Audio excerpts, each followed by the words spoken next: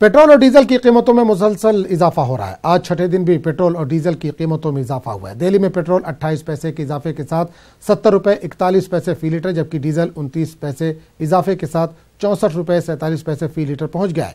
वहीं मुंबई में पेट्रोल 28 पैसे इजाफे के साथ 76 रुपये 5 पैसे फी लीटर पर फरोख्त हो रहा है। बढ़ती कीमतों का असर सीधे आम आदमी की जेब पर पड़ रहा है। बताया जा रहा है कि बैनुल-अक़वामी मार्केट में खाम तेल की कीमत में इजाफे के सबब मुल्क के तेल कंपनियों ने पेट्रोल और डीजल की कीमतों में इजाफा किया है।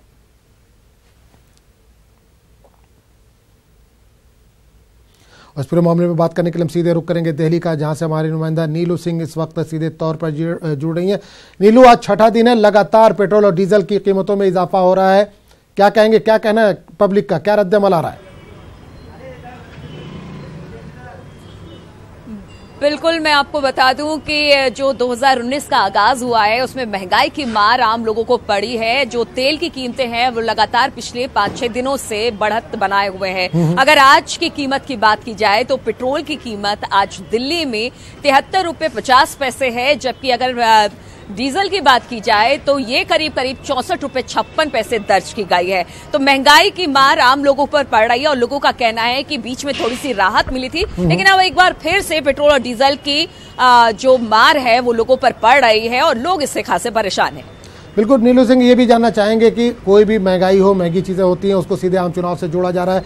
जाहिर सी बात, आम चुनाव सर पर है। क्या सरकार कोई कदम उठा सकती है, हुकूमत कोई कदम उठा सकती है जिससे आने वाले दिनों में लोगों को भी दिक्कत ना हो, सरकार को भी फायदा हो?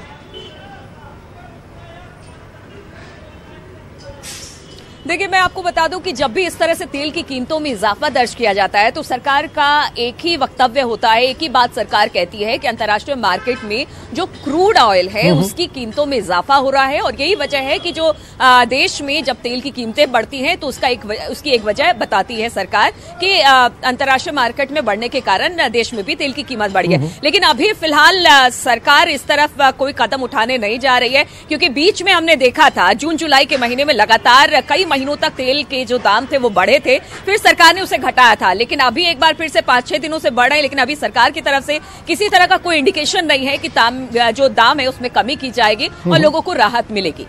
नहीं नीलू सिंह, हमने देखा जब भी चुनाव आता है, इंतखाबात आते हैं, इससे पहले हमने देखा कर्नाटक के इंतखाबात हुए थे, इसके अलावा 3 स्टेट के जब भी इंतखाबात, ये 5 स्टेट के जो इंतखाबात हुए थे, उस टाइम भी प्राइस जो थे वो स्थिर थी, स्टेबल थी। तो क्या जो आम चुनाव सर पर है उस टाइम आवाम को कुछ राहत मिलेगी?